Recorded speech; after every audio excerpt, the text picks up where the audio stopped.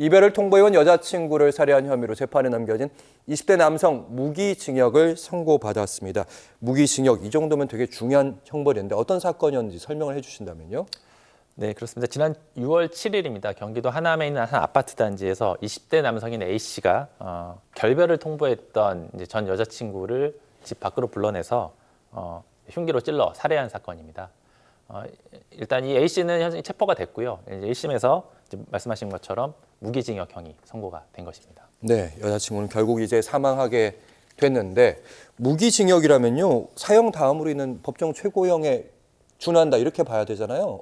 어떻게 이런 형벌을 재판부가 선고하게 됐는지. 네, 이제 재판부가 무기징역형을 선고한 배경을 보려면 이제 재판부가 밝힌 판결의 내용을 봐야 될 텐데요.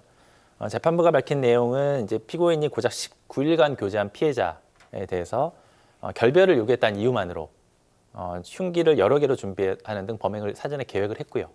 그리고 수십 차례 이제 찌르는 방식으로 살해했기 때문에 이제 범행 동기와 수법이 매우 끔찍하고 잔혹하다라는 사유를 밝히고 무기징역을 선고했습니다. 사실 그 뭐 흉기로 찌르는 횟수도 58차례이고요. 그리고 실제로 여자친구에 대해서 어떠한 보호 조치도 하지 않은 점 등이 고려돼서 이제 무기징역형이 선고가 된 것으로 보입니다. 재판부의 판결문에 저희가 잠깐 노출이 됐는데 이거보다 더한 일들이 있었다는, 그렇기 때문에 무기징역이 나왔다 이렇게 말씀하신 그렇습니다.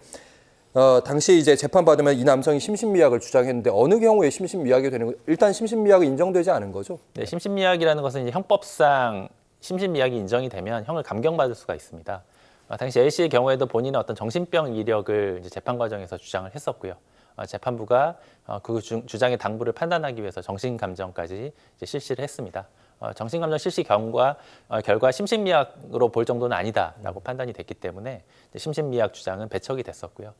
뭐 심신미약 주장이 배척이 됐기 때문에 이제 무기징역형이 선고된 것이고, 아마도 본인의 어떤 형을 감경받기 위한 목적으로 본인의 어떤 상태를 좀 과대해서 주장하는 부분들도 아마 양형에 고려돼서 선고가 된 것이 아닌가 생각됩니다. 심신미약을 받으려면 어느 정도 수준이라면 저희가 정신감정을 밟아봐야 알 수 있는 건지. 그렇습니다. 예를들면 뭐 정신병 이령이 있다거나, 예. 뭐 대표적으로 음주 상태 같은 경우도 마찬가지입니다. 그러니까 우리나라 형법은 이제 책임주의라고 해서요.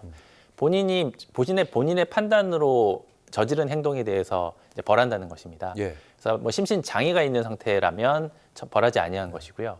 그 장애 정도에 이르지 않더라도 심신 미양 상태라고 한다면 형을 감경한다라는 게 이제 법률의 규정으로 좀 되어 있기 때문에 이제 많은 이제 뭐 피고인들 입장에서는 본인에게 약간 정신적인 어떤 이력이 주장하고 있다거나 싶겠죠. 네, 네. 그런 상황이 있다면 이제 심신미약을 주장을 하는데, 법원에서는 이 주장을 마냥 받아들이는 것이 아니고요. 엄격한 심리를 거쳐서 인정되는 경우에 한해서 이제 감경 조치를 하고 있습니다. 알겠습니다. 일단 징역형은 선고됐는데 전자장치 부착형까지 선고됐는데 이유는 뭘까요?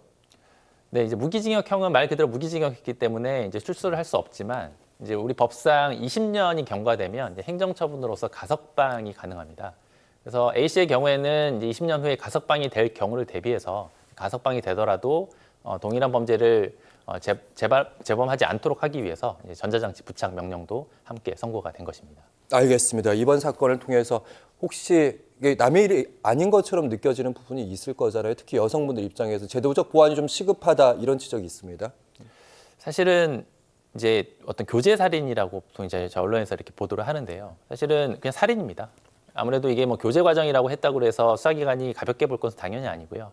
근데 아무래도 이게 뭐 가족관계 일이거나 뭐 교제 상태에 있으면 뭐 약간 어떤 사인 간의 관계에서 불거지는 약간 해프닝 정도로 인식하는 경향들이 있기 때문에 예. 아무래도 이런 부분들이 뭐 많이 반복되는 것으로 보이는데요. 예. 한 방송사 뭐 보도를 보면 한 3년 새에 한 70건 정도의 살인 사건이 있었다고 합니다.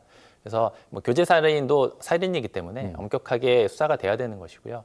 또 뭐 예를 들면 스토킹 처벌법에 따른 접근 금지라든지 어떤 112 신고가 됐을 때 피해자를 바로 보호할 수 있는 조치, 이런 부분들이 좀 제대로 시행이 돼야지만 이런 부분들이 좀 감소되지 않을까 생각됩니다.